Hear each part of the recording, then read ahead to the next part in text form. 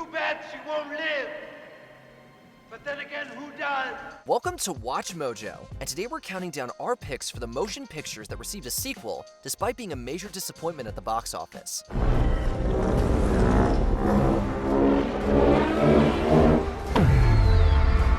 Number 10. Tron.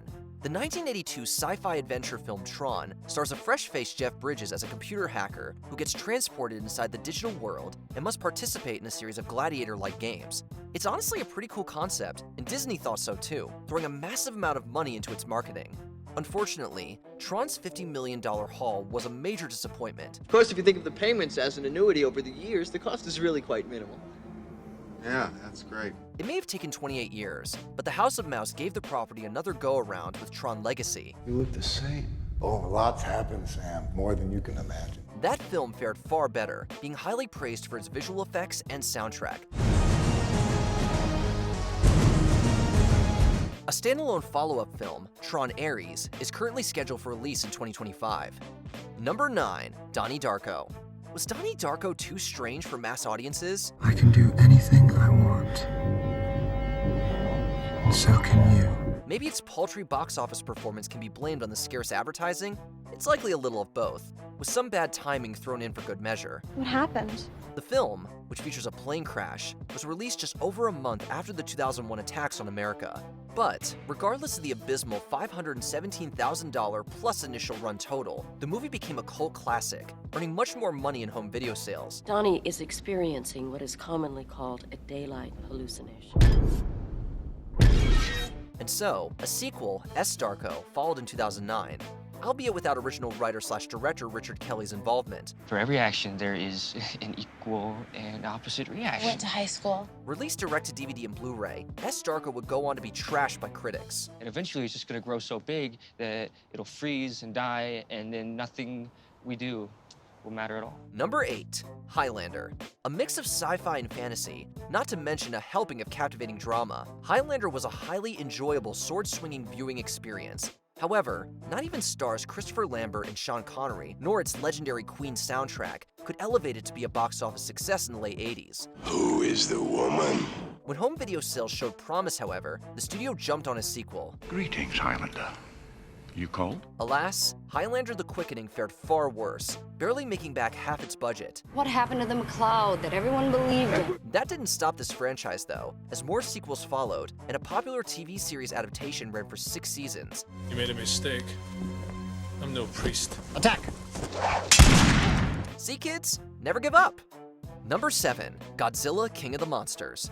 Godzilla has a storied cinematic legacy, one filled with enormous highs and gigantic lows. However, you may be surprised to know that 2019's Godzilla King of the Monsters was seen as a monster-sized flop. What do those nerds think they're gonna do down there with a bunch of nukes? You ain't hear them, Griffin?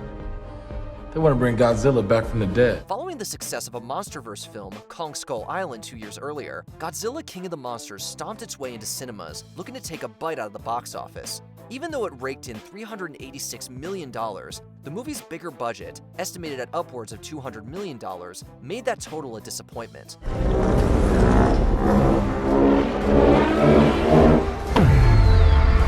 Luckily for us, the follow-up feature, Godzilla vs. Kong, managed to deliver the goods and profit. This despite being released simultaneously on Warner Bros. Streaming service Max amidst the pandemic.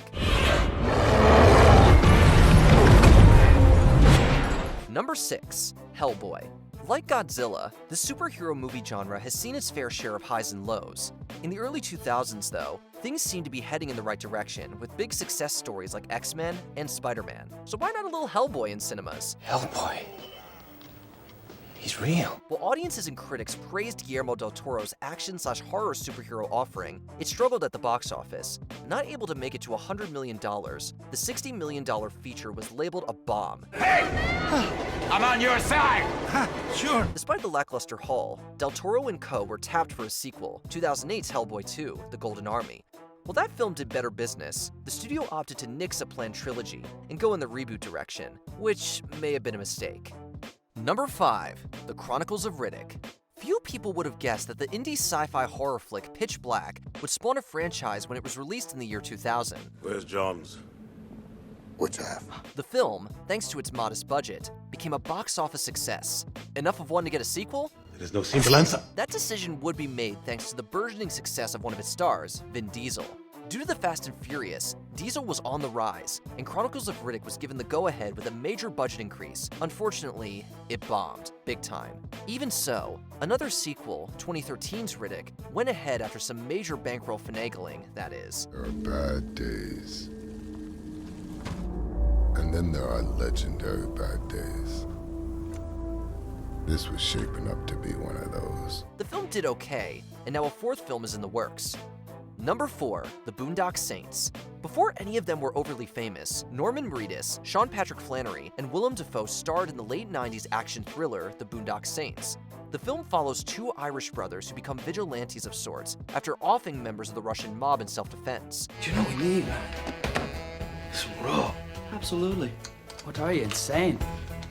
I'm not insane. Charlie Bronson's always got raw. Unfortunately, it was a box office failure. The movie's underperformance could likely be attributed to its scaled-down release in the wake of the Columbine school tragedy just a couple weeks earlier. But with cult status filmily cemented in the years that followed, a sequel, Boondock Saints 2 All Saints Day, was released in 2009. With much more exposure, it fared slightly better. Emphasis on the slightly. I could feel it, heavy in their presence. Something calling them back.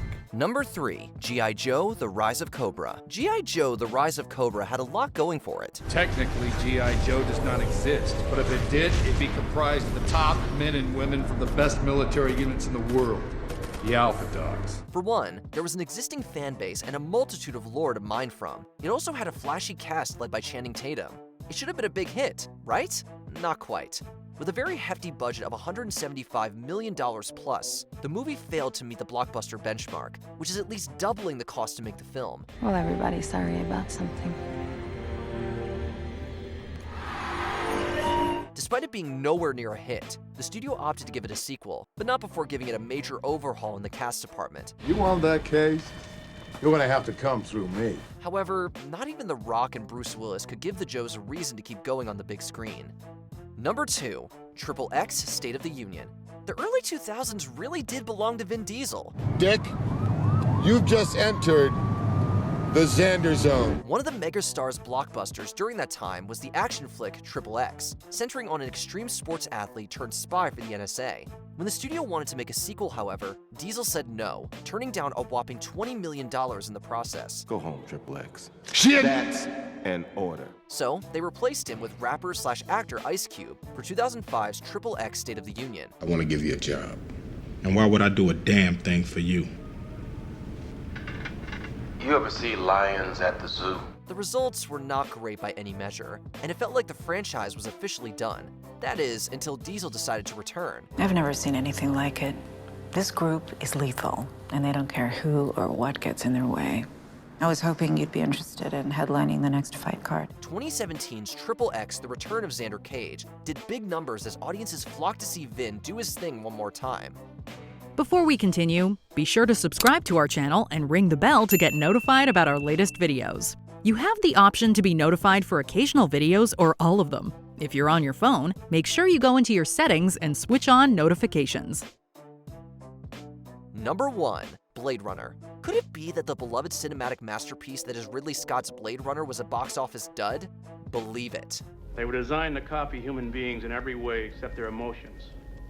And the designers reckoned that after a few years, they might develop their own emotional responses. The now celebrated film, which sees Harrison Ford's character track down rogue replicant life forms, completely underperformed upon its release, and actually polarized critics and audiences at the time. All those moments will be lost in time.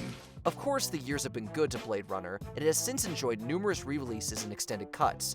As for a sequel, it got that too. Blade Runner 2049 arrived in 2017, along with Ryan Gosling, a returning Harrison Ford, and a massive budget of $200 million. The 3-hour R-rated film proved to be popular with audiences, but not enough to be a smash hit at cinemas. How's it feel, killing your own kind? I don't retire my own kind because we don't run. Do you think these films deserved a sequel? Share your thoughts in the comments below. Did you know him? No. Did you enjoy this video? Check out these other clips from WatchMojo, and be sure to subscribe and ring the bell to be notified about our latest videos.